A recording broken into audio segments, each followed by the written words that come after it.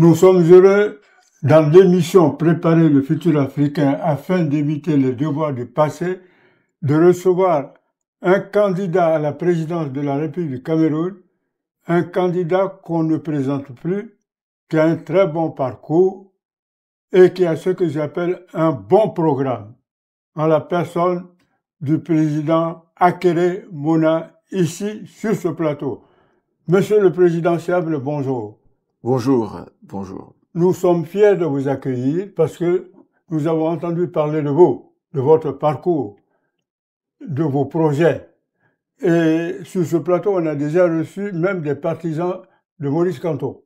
Alors, la première question, je vais vous la poser. Avant de passer la question, avant de poser que Madame Laetitia, votre compatriote, nous pose des questions, quand j'ai été reçu par Aïdjo en exil à Dakar, il était meurtri.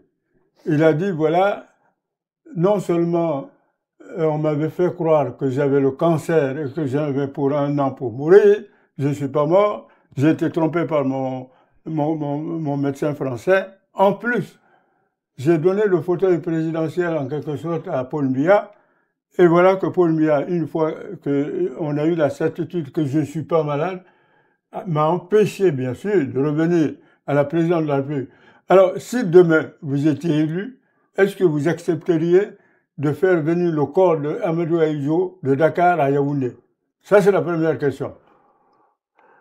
La question, j'aurais préféré que cette question soit posée différemment. Écoute, merci de me recevoir. Très bien.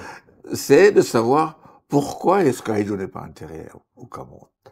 C'est le tout premier président. Je connaissais très bien, mon père a été vice-président de la République fédérale avec Aïdjo, il a été premier ministre du Cameroun occidental sous Aïdjo et comme président de l'Assemblée sous Aïdjo. Et la famille Aïdjo, je connais très bien, Madame Germaine Aïdjo de Requête et Mémoire, et presque comme une mère pour moi. Je suis choqué par le fait que on a aujourd'hui le tout premier président de la République enterré hors du pays, sa femme et sa fille aînée. Je pense que quel que soit ce qu'on lui reproche, nous les Africains, c'est quelque chose de quand même assez grave. Donc, réponse à votre question, première chose, les obsèques officielles pour le président Aïdjo et toute sa famille. Merci beaucoup. Laetitia. C'est un très bon point pour parler justement de l'événement du 22 juin, parce que ce 22 juin, vous avez tenu à venir présenter votre campagne et votre programme à la diaspora camerounaise. On sait que durant cet événement-là, donc là-bas, s'est présenté, il vous a posé aussi quelques questions, pour citer très brièvement quelques mots, on vous demandait vraiment quel serait votre engagement pour le pays et surtout si demain vous n'êtes pas élu. Donc, parler du fait de ne pas être élu, c'est quand même assez rapide, mais sachant que là-bas est quand même un parti contre Paul Biya, mais qui a quand même montré un soutien assez clair pour Maurice Kamto. Donc, comment avez-vous pris cette intervention? Et surtout, face aux questions qui ont été posées, quelles ont été vos réponses, si vous pouvez nous les exposer? Écoute, bon, merci pour votre question. Je suis en campagne pour la présidence de la République du Cameroun. Et j'ai des piliers qui me guident vers ce but-là. Je ne suis pas en concurrence ou en campagne contre un parti politique ou bien les activistes d'un parti politique. Et c'est pour ça que j'avais organisé cette causerie. Je venais de Washington, en fait, où j'ai eu une autre causerie avec les Camerounais. Donc, c'est pour ça que je suis ouvert. Les questions qui étaient posées sont des questions purement, simplement sur mon programme, qu'est-ce qui se passerait. Donc, je pense que là où on est à 4 mois des élections, on doit se concentrer sur ce qu'on doit faire pour délivrer le peuple camerounais, parce qu'il s'agit d'une vraie délivrance. On est dans un pays avec un président qui est depuis 43 ans, qui en a 93. Il y a des Camerounais instruits, intelligents, qui osent aller sur les antennes et dire qu'il faut que le gars y reste jusqu'à 100 ans. Mais quand même, on a un pays qui stagne, qui ne bouge pas, on a une corruption galopante, on a le nord-ouest ou le sud-ouest complètement détruit par une guerre fratricide. Moi, je suis originaire du Nord-Ouest, je suis anglophone. Mais 8 ans, depuis 8 ans, je ne peux pas aller à la tombe, n'est-ce pas, de mon père. Ce que je faisais tout le temps. Et comme par coïncidence, juste le 26 juin, ma mère est décédée le 26 juin 1983, ça fait 42 ans aujourd'hui. J'ai commencé la journée par une prière et je me dis, ce que je faisais avant, c'est commencer la journée sur la tombe de ma mère. Et au Nord-Ouest, plein de ressortissants de là-bas sont obligés d'être enterrés hors de cette région. Ce sont les choses qui touchent le peuple. Et on aura le temps d'en parler, mais au Cameroun aujourd'hui, 2 choses importantes. Première chose, la corruption, qui est galopante, comme on dit, ça a pris l'ascenseur. Et deuxième chose, c'est la crise du Nord-Ouest et du Sud-Ouest. Donc, voilà ce qui me préoccupe. Les opinions des uns et des autres, pour le moment, ça ne sert à rien. Ce qui est important, c'est de se mobiliser comme une seule personne pour délivrer notre pays. Alors, Bakary, qui a été longtemps ministre de Paul Biya, vient de rendre sa démission. Et il veut coûte que coûte, je crois qu'il a déjà un parti politique. Il a son parti politique. Pourquoi il est resté si longtemps et à la dernière minute, maintenant, il rend le tablier? Là n'est pas la question. La question n'est pas ce qu'on a fait. La question est qu'est-ce qu'on veut faire. Moi, je suis chrétien. Vous me demanderez pourquoi Paul s'est retrouvé sur la rue de Damas, sans les devenu Paul. C'est pas mon problème. Le problème que c'est bien que le ministre Issa Barry, que je connais très bien, avec qui j'ai causé avant de venir, décide qu'il a constaté que le peuple camerounais souffre, qu'il puisse se joindre, n'est-ce pas, à cette bataille pour la sauver. Et c'est une bonne chose. Et j'espère qu'il y en aura aussi plusieurs personnes qui vont se réveiller. Mais le peuple meurt. Et justement, en parlant du peuple, vous l'avez si bien dit, le Cameroun est quand même un pays aussi stratégique au niveau de sa position, au niveau de ses richesses. Au niveau du peuple, on parle beaucoup du peuple, mais ce peuple constitué principalement de jeunes, dans cette nouvelle ère qu'on est en train d'observer, où tout est en train de bouger, où le réveil de l'Afrique se fait sentir au-delà des frontières. Vous êtes un homme aussi de loi, un homme qui avait fait vos preuves de par votre parcours. Qu'est-ce que le peuple camerounais, et notamment sa jeunesse, peut attendre de vous si demain vous êtes élu président, le 3e président du Cameroun? Écoute, merci. Encore, cette histoire de la jeunesse est préoccupante. Si vous avez 8 ans, quand Biya est devenu président, aujourd'hui vous en avez 50. Ouais. Ça veut dire quoi? École primaire, école secondaire, université, vous avez travaillé, vous avez fait des enfants, et vous êtes à 5 ans de la retraite. Qu'est-ce que vous connaissez comme système? De passe-droit, de corruption, de népotisme, de tribalisme. C'est tout ce qu'ils ont vu. Alors vous grandissez en disant qu'un concours, il faut que je corrompe. Vous grandissez en vous disant, bon ben écoutez, il faut que je sois fayman, ou je vole. C'est tout ce qu'ils connaissent. Donc, il y a tout un travail à faire pour comprendre aux gens que la seule valeur qu'il y a, c'est le travail. C'est ça qui paye. Le travail honnête. Et c'est en cela que je pense que le diaspora va avoir une passerelle très importante. Pour refaire notre pays, c'est essentiel d'associer le diaspora. Parce qu'ils ont une autre éthique. De par où ils ont grandi, de par où ils sont. Je venais de Washington, les médecins de ce monde. Ils savent que c'est le travail qui paye. Ce sont ces gens-là qui doivent revenir, même de temps en temps, pour nous aider. Mais ceux-là, parce qu'ils ont un passeport d'autre pays, ne peuvent même pas. Parce que le Cameroun supposément interdit la double nationalité. Donc, pour revenir à votre question, certainement, les jeunes ont eu leur avenir hypothéqué. Et je pense que c'est très, très facile de mettre en place une politique qui donne des chances à tout le monde. Et vous verrez, dans le programme, j'ai ce que j'appelle le programme de 100 jours, ce que vous faites dans les premiers 100 jours. Il faut une audit. Nous sommes là, nous ne savons pas combien nous devons. Ah, il faut une audit. Il faut mettre en place des réformes, ne serait-ce que des commissions qui vont vite revoir des institutions de notre pays.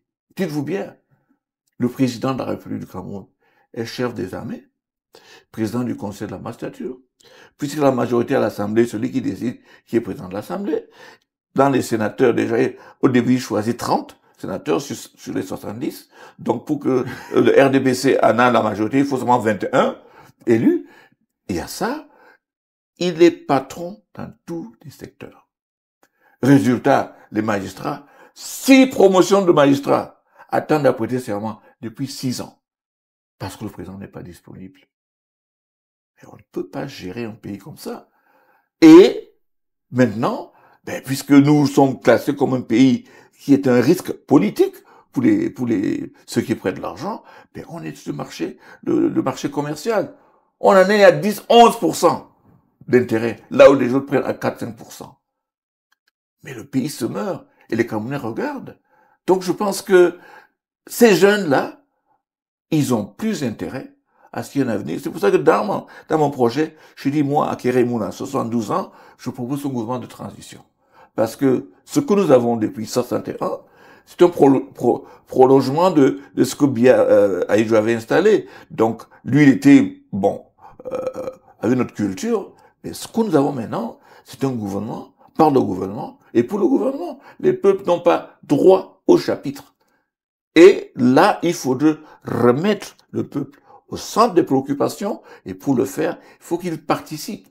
Et dans ce truc de 100 jours, je prévois, il y a 360 arrondissements au Cameroun, je prévois qu'il y ait des équipes qui vont aller dans ces arrondissements, recenser qu'est-ce que ces peuples, qu'est-ce qu'ils veulent.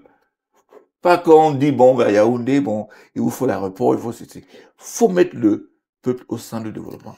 Tant que vous ne faites pas ça, écoute, je vais prendre une petite comparaison.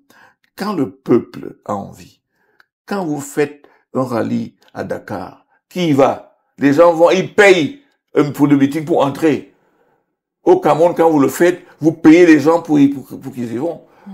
Ça vous montre ce qui a changé. Donc moi, je pense que la politique qui pourra aider la jeunesse, c'est qu'ils s'impliquent, qu'ils viennent dedans. Alors, depuis tout ce que vous venez de dire, comment se fait-il les chefs traditionnels camerounais ont fait allégeance à Paul Biya, disent même Paul Biya, ce n'est plus un homme, c'est un esprit. Comment se fait-il les chefs traditionnels qui sont censés être à la fois le socle moral du pays? Mais ça, c'est très important. Attention, ils font allégeance à Paul Biya. Ça, c'est un. Deux, je crois savoir que vous avez été reçu au Quai d'Orsay. Ce qui est une bonne chose. Est-ce que dit le Quai d'Orsay face à la situation actuelle? Et qu'est-ce que vous vous êtes dit? Et écoute, moi, j'écoute. Il est très important de savoir que le Cameroun est dans la zone CEMAC. Le Cameroun a le franc CFA. Ça bouge dans le Sahel. Il faut savoir. Il faut comprendre. Parce que prétendre gérer un État, ce n'est pas faire cela à partir de la rue. Il faut qu'on connaisse les vrais enjeux des uns et des autres. Donc j'écoute. J'ai à Washington, j'ai aussi des rendez-vous au niveau institutionnel. Ce que je fais, j'écoute ce que disent les uns et les autres. Voilà, je pense que vous serez indulgent avec moi si je ne me mets pas ici à réciter, n'est-ce pas, ce que nous avons à se dire, mais je vous dis que mes visites sont des visites d'écoute et j'ai été reçu par le président François Hollande, c'est dans la même lancée. Moi, je pense que lui a la posture plus ou moins d'une autorité morale en France, maintenant, quand on voit ce qui s'est passé depuis. Donc je le respecte. Et aussi, je sais qu'il s'était impliqué en ce qui concerne, n'est-ce pas, le désir de faire partie le ministre d'État Marafa, qui est en train de perdre la vue, qui est enfermé, et j'ai été très admiratif du président François Hollande, qui a fait une requête pour son évacuation, jusqu'à se proposer comme caution pour assurer de son retour. Donc, ça, pour moi, c'est quelque chose d'extraordinaire. J'y suis allé, donc, pour rendre hommage. L'allégeance des chefs traditionnels à Paul Biya. Bon, justement, les chefs traditionnels au Cameroun, c'est quelque chose qu'il faudra complètement revoir. À Boya, dans le sud-ouest, il y a le gouverneur qui a deux chefs traditionnels. Si vous ne défilez pas, vous allez voir le 20 mai. Et pour nous, C'est incroyable. Un chef traditionnel, c'est sacré. Mais maintenant, ils sont inféodés parce que ils sont payés, ils sont considérés comme des auxiliaires. Si vous ne faites pas ci, vous allez voir. Bon, ben écoute, ils sont le sujet d'un chantage. Je vais vous donner une anecdote pour comparer Ahidjo et le régime qu'on a maintenant. Ahidjo va rendre visite dans un département qui s'appelle le Bouy. Et un grand chef traditionnel. On l'amène à sa résidence, donc le président, et il dit au gouverneur, bon, allez m'amener le chef, que je puisse le saluer. Donc le gouverneur part au domicile du chef, et le chef dit quoi? Je suis chef, je suis chez moi, un étranger vient, je me déplace pour aller le voir. Alors, allez dire à votre président que moi, je n'y vais pas. S'il veut me voir, il vient à mon palais. Et il s'organise maintenant à partir dans la plus petite hutte de son palais, et sa trône était là. Vous savez ce qu'Ahidjo a fait? Il s'est déplacé pour aller voir le chef chez lui. Le gouverneur commence, il dit non, non, non, le chef a raison, je vais chez le chef. Très bien. Donc aujourd'hui, et c'est quelque chose qu'on va aussi faire, on va avoir tous les différents chefferies, les intellectuels, les anthropologues, tous ces historiens-là, ils vont s'asseoir, ils vont répertorier leurs coutumes et dire comment est-ce qu'on devient chef. Ça va devenir comme un code pour chacun de ces endroits-là. Quand il y a la succession qui se pose, on nous demande le livre. Tel qu'ils ont dit, selon vos lois, voilà celui qui doit devenir le chef, et terminé. Aujourd'hui, c'est l'État qui choisit, oh, c'est tel autre ou tel autre, il organise, c'est le préfet qui agrée, pour que vous soyez chef de premier, deuxième ou troisième degré. Il y a tout ce classement-là qui est sujet à corruption. La corruption au Cameroun est maintenant systémique. Systémique jusqu'au point où, n'est-ce pas, l'État est pris en otage.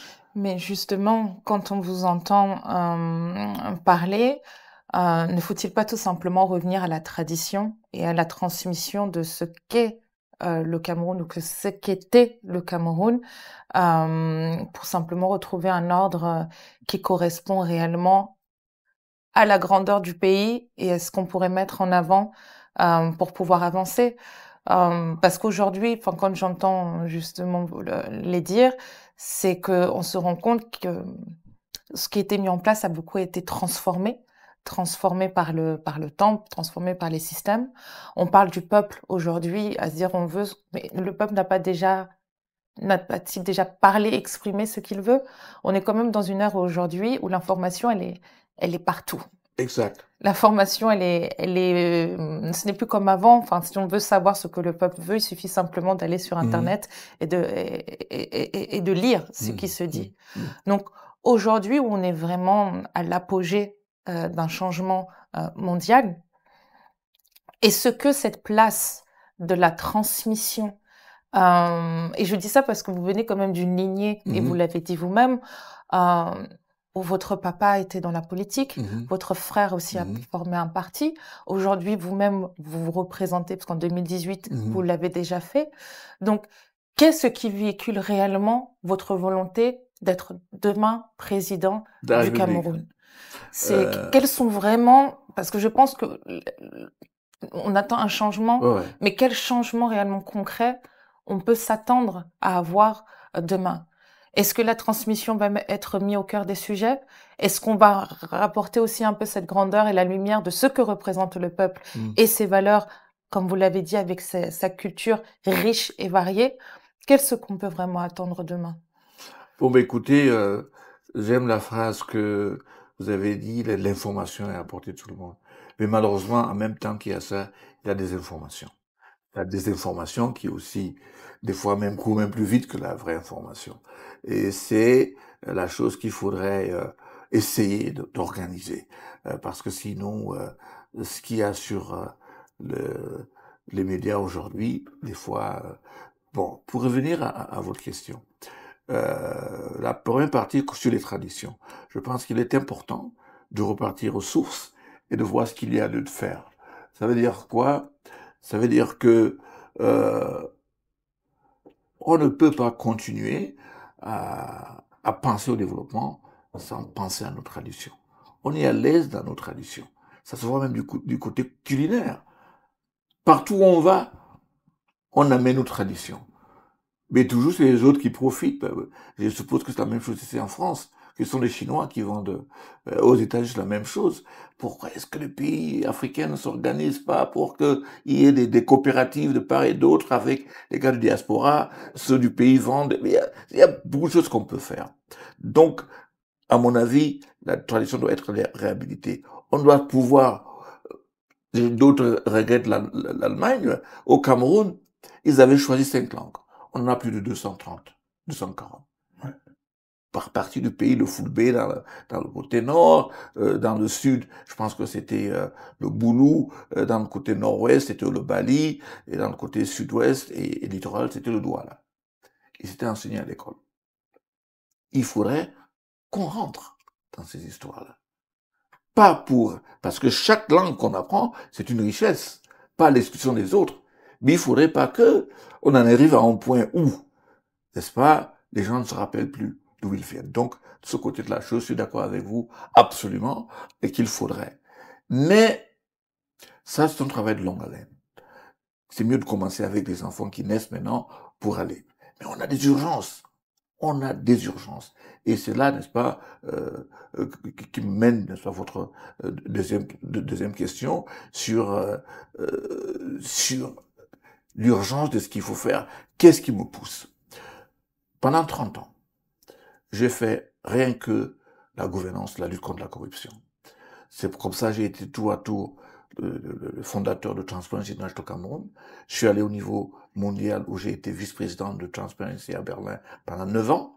J'ai été le président du Conseil international de lutte contre la corruption. J'étais dans la commission qui a rédigé la Convention africaine de lutte contre la corruption. Au niveau même de la BAD, j'étais le commissaire aux sanctions, donc j'ai regardé les contrats dans lesquels il y avait la fraude. Même du côté sport, après le scandale sur l'athlétisme, je crois que j'étais un Sénégalais, je ne me rappelle pas, l'association internationale des fédérations a décidé de revoir tous les textes sur l'intégrité. C'est moi qui étais le président de cette commission. Donc, c'est tout ce que j'ai eu à faire. Donc, et j'ai conseillé les présidents, entre autres, le président Tshisekedi, à la demande des Nations Unies et le président du Togo. Donc, et l'Union africaine a ce qu'ils appellent le mécanisme africain d'évaluation entre les pairs. C'est un système où il y a des personnes qu'ils appellent des personnalités éminentes de l'Afrique qui vont dans des pays avec une équipe de 30 techniciens, ils revoient toutes les structures, ils font les propositions. Le Cameroun est membre du MAEP depuis 2004, et n'a jamais voulu que le pays soit évalué. Bon, ben voilà. Moi, je tombe dans cette organisation, proposée par qui? Par le premier ministre Mélès d'Éthiopie. Et je finis comme président de cette commission. Donc, j'ai cette expérience amassée sur 30 ans. Chaque fois que je vais à RDC, je finis mon discours en dit, ben, monsieur le bâtonnier à Kérémouna, c'est très bien, mais qu'est-ce qui se passe dans votre pays? Alors, je me dis, mais écoute, ça va déjà, non? Alors, j'ai dit, bon, je vais rentrer au pays, je vais proposer toute cette connaissance que j'ai amassée, toute cette expérience. Il faudrait absolument que je tente de voir ce que je peux faire avec ces connaissances dans mon pays. Et la lutte contre la corruption au Cameroun de façon robuste, c'est moi qui l'ai démarré en 2000. On est en 25 ans depuis, c'est moi qui l'ai fait. Les enquêtes sur le pétrole pour pousser la SNH pour la première fois de son existence de plus de 40-50 ans à faire quoi? À dire combien il vend. C'est moi qui les ai poussés. Parce que je l'ai pris dans l'affaire Glencore que ces gars vendaient le pétrole camerounais, tantôt à 70% de décote, 30% de décote. Quand il y a des hôpitaux sans médicaments, sans machines de dialyse, sans incubateurs pour les bébés qui sont nés, des gens ont l'occupé de nous vendre notre pétrole, patrimoine de tous les Camerounais. Ils le vendent à combien? 70% de décote. Parce qu'ils veulent. La raffinerie du Cameroun a pris feu en 2019. On est 7 ans de 2019, c'était pas reconstruit. Pourquoi? Parce que maintenant les gens prennent des commissions dans tous les sens. On vient de voir maintenant le président, le directeur général de la SNH, Société nationale de raffinerie, Monsieur Modi, qui est un haut magistrat, quelqu'un que je respecte beaucoup, mais l'âge est une maladie que tout le monde attrape. Absolument. Donc, il a une épouse qui est directeur dans la SNH, qui subitement est devenue le dirigeant de facto de la SNH. Alors, qu'est-ce qu'elle fait? Des contrats, des ceci, elle achète cela. Maintenant, elle a fait un joint venture pour construire des réserves stratégiques de pétrole. On ne voit ni le ministre d'énergie, on ne voit pas le président du conseil d'administration, qui n'est autre que le secrétaire général du président de la République. Donc, elle gère tout. Personne ne sait rien. Dans l'opacité, il vient de créer encore un joint venture qui va se passer à Kribi. Dans la photo de signature on voit donc le beau-fils du président, donc le fils de l'épouse du président, dans la photo. Est-ce à dire, faites ce que vous voulez, je suis blindé? Je ne sais pas. Mais voilà où on est. On est dans un pays complètement pris en otage. Alors, on va préparer le futur Camerounais ensemble. Alors, vous savez, l'écrivain Mongo Betty, quand il est rentré, voilà, je le connaissais. Il a d'abord combattu Aïdjo. Ensuite, quand il est rentré, il a dit, moi je rentre, j'ai dit à Paul Biya que ça suffit, un mandat renouvelable une seule fois. C'est comme ça que Mongo Betty, l'engagé écrivain, est rentré. Malheureusement, il n'a pas vu la fin du régime de Paul Biya. Maintenant, si vous étiez élu, est-ce que vous allez dire, dès le départ, un mandat renouvelable une seule fois, un point, un trait? Je fais même mieux. Mieux. Le mandat est de 7 ans.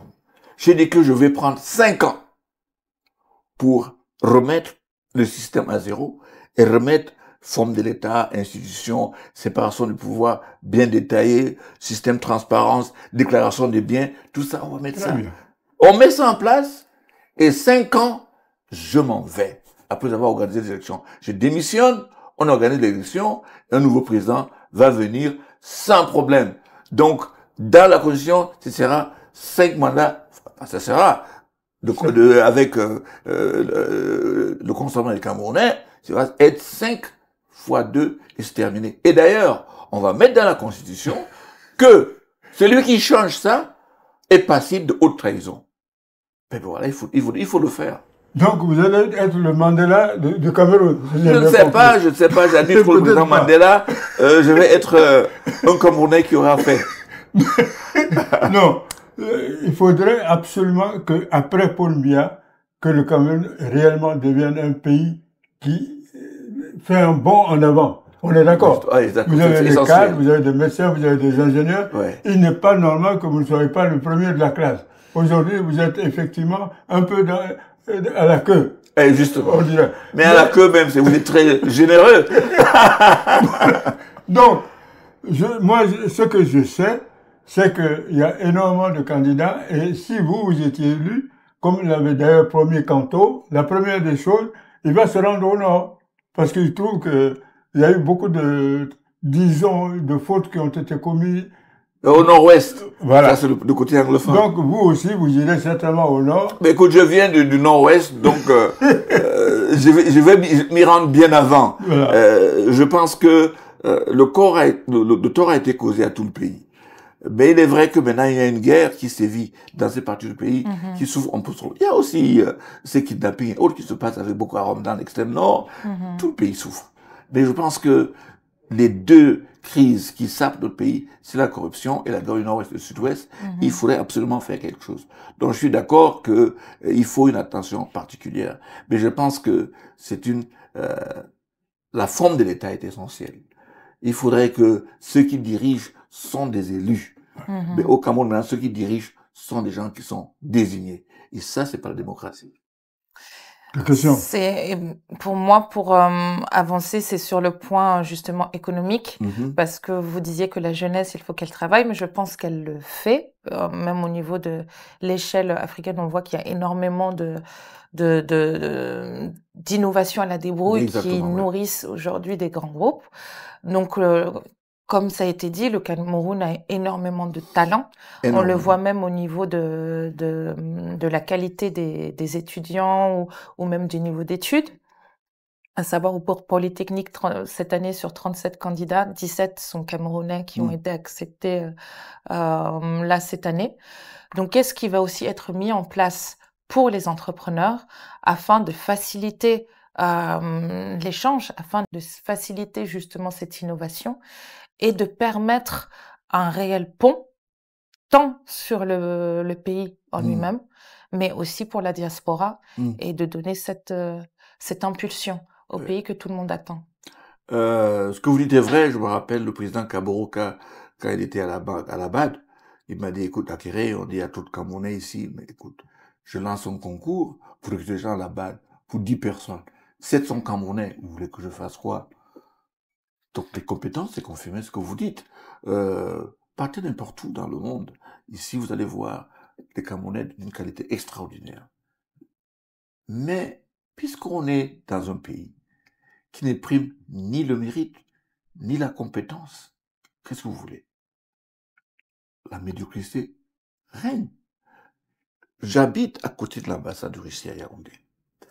Dès 4 heures du matin, vous voyez des jeunes qui s'alignent pour s'apprêter à demander le visa. Ils partent. Ils partent. Et ces jeunes-là ont des enfants, des mères et tout et tout. Mais ils partent. Parce qu'ils savent que s'ils restent là, ils ne pourront rien faire pour leur famille. Imaginez-vous que vous partez, votre famille fait tous ces sacrifices-là, et puis vous partez, licence, master 1, master 2, et après vous venez le retrouver à la maison. Rien à faire. Sauf peut-être faire la moto, je sais pas quoi. Donc, il faut mettre un système en place qui démontre aux gens que le travail paye. C'est cela. Le travail, c'est ce qui paye. Il n'y a pas de raccourci possible.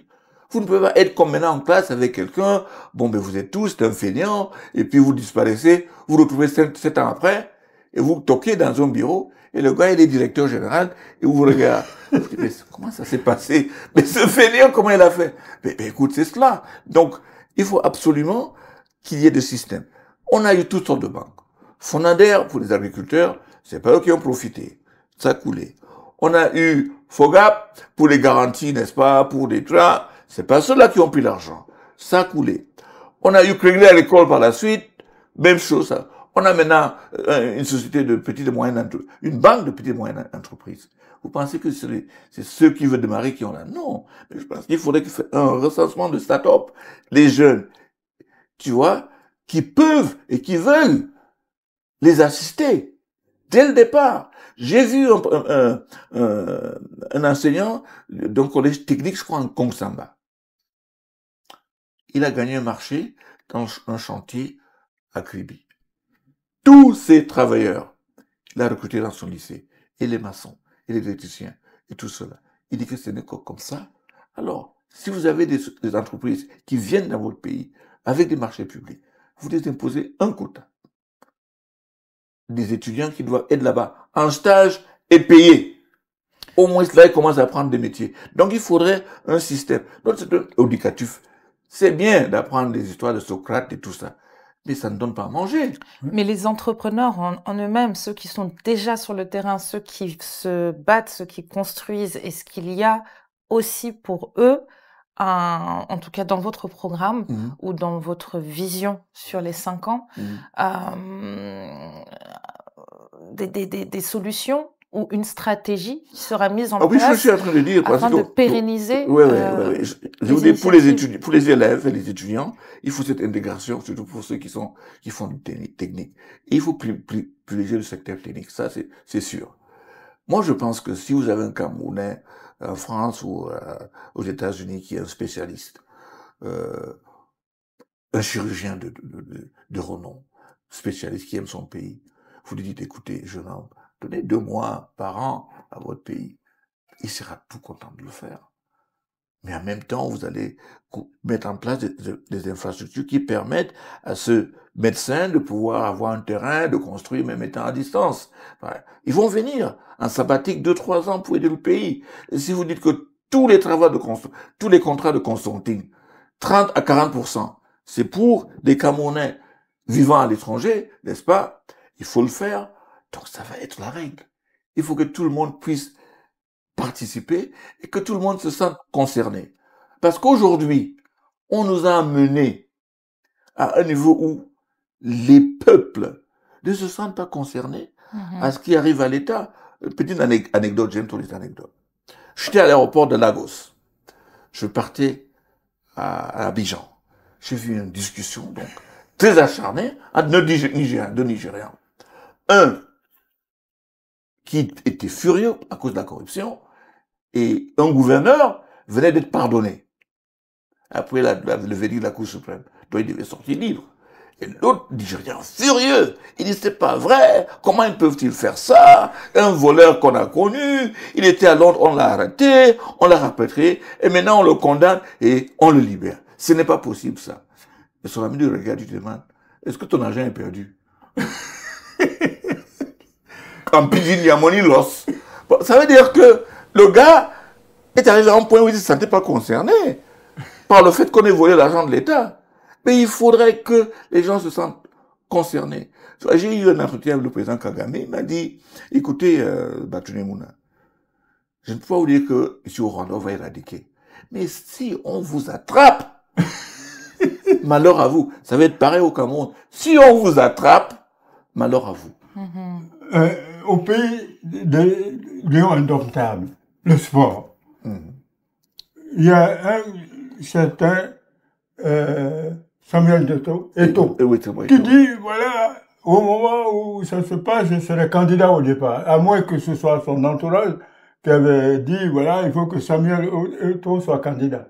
Et puis, quand Samuel Eto'o a vu ce que j'appelle le nuage, ou même l'orage se préparer, tout d'un coup, il a dit, non, je ne serai jamais candidat, moi, je fais allégeance à Paul Biya. Ça, c'est un. Deux, maintenant, au niveau du football camerounais, il y a beaucoup de clibi-crava. C'est-à-dire qu'il y a des choses qui ne vont pas du tout.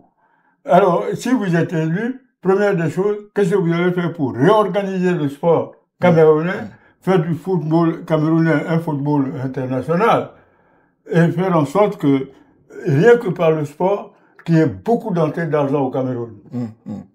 Ben, écoute, c'est une question sur laquelle j'ai beaucoup réfléchi. Quand les règles sont claires, les choses sont faciles.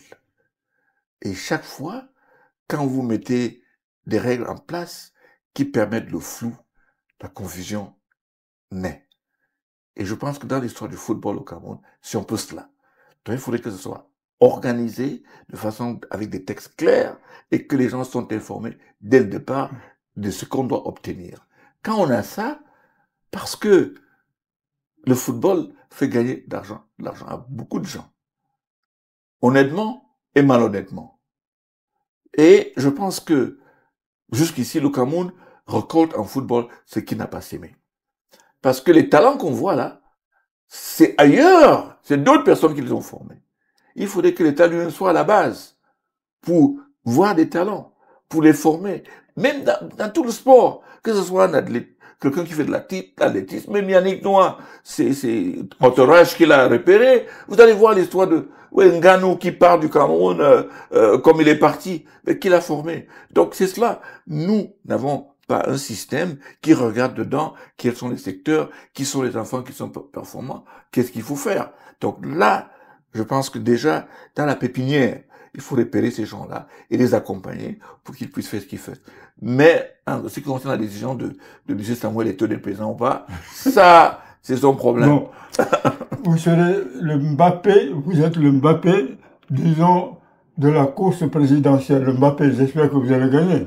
Maintenant, la question, elle est claire. Toutes les élections à laquelle j'ai participé jusqu'aujourd'hui, j'ai toujours gagné. Donc, mais ce que je veux dire, le Cameroun, aujourd'hui, doit éviter toute guerre civile. Exactement. On est d'accord? On est d'accord. Il y a eu le Libéria, la Sierra Leone, il y a eu, bien sûr, des pays comme on a vu le Rwanda. Ouais. Et même le Nigeria avant. Voilà. Alors, ce que je souhaite, et c'est ça le débat pour préparer le futur africain, afin d'éviter les déboires du passé. On dirait même préparer le futur camerounais afin d'éviter les déboires du passé. Je vais vous dire quelque chose. Qu'est-ce que vous allez dire pendant l'élection, pendant la campagne au Camerounais? Évitons de tomber dans les erreurs qui ont fait des tas de crimes de masse en Côte d'Ivoire. Vous vous souvenez? Il y a eu dérapage, il y a eu Babo qui a été envoyé à la CPI. Aujourd'hui, en campagne, vous devez dire quoi à la population camerounaise, que ce soit à Yaoundé, à Bafoussam, je ne sais où. Nous allons faire des élections libres et transparentes et on va éviter toute guerre inutile. Vous savez, et je dois l'avouer, ces guerres-là, c'est toujours à l'origine de comportements des leaders qui trouvent nécessaire de quadriller des territoires en instigant l'inimité avec les voisins. Ça, c'est le chez moi. Vous ne pouvez pas venir ici. Ah, je suis votre frère. Donc, comment vous allez voter pour un étranger? Et c'est ça qui vient. Et les leaders, maintenant, créent, n'est-ce pas, des factions. C'est comme ça que ça commence. Et il faudrait que nous repartons à mener, parce que quand j'entends des leaders africains parler d'unité, d'unité nationale, soyons ensemble. Mais en même temps, il est président d'un parti politique. Et c'est l'avantage que j'ai. Je viens de la société civile. Je ne viens pas là pour promouvoir un parti politique quelconque. Et il faudrait que nous apprenions à faire cela. Donc, cette histoire de parti politique et de telle frange et telle branche, prenez le Cameroun. On a une guerre dans le nord-ouest et le sud-ouest de la partie anglophone qui a ses racines dans notre histoire coloniale. Il y a presque 1 million de déplacés internes. Environ 700-600 réfugiés dans les pays voisins. Il y a environ 300 villages de brûlés. On est aujourd'hui à quasiment 4500, 5000 morts, militaires et civils. Et la question à se demander, pourquoi? Pourquoi ça? Parce qu'on ne se parle pas. Et en même temps, la plupart des déplacés internes sont dans les régions francophones, bien accueillis, logés, des terrains donnés, avec des épouses, avec des enfants. Et ça montre que le peuple du Cameroun est uni, malgré cette frénésie par les leaders de les diviser. Donc pour revenir à vous, aujourd'hui maintenant, on se retrouve que les peuples africains sont plus panafricanistes que les leaders qui vont mettre des visas à gauche et à droite quand les gars demandent à pouvoir se promener dans le continent. Donc le secret, même pour le panafricanisme, c'est d'avoir des pays où les peuples sont au centre, qui peuvent aller et venir comme ils veulent.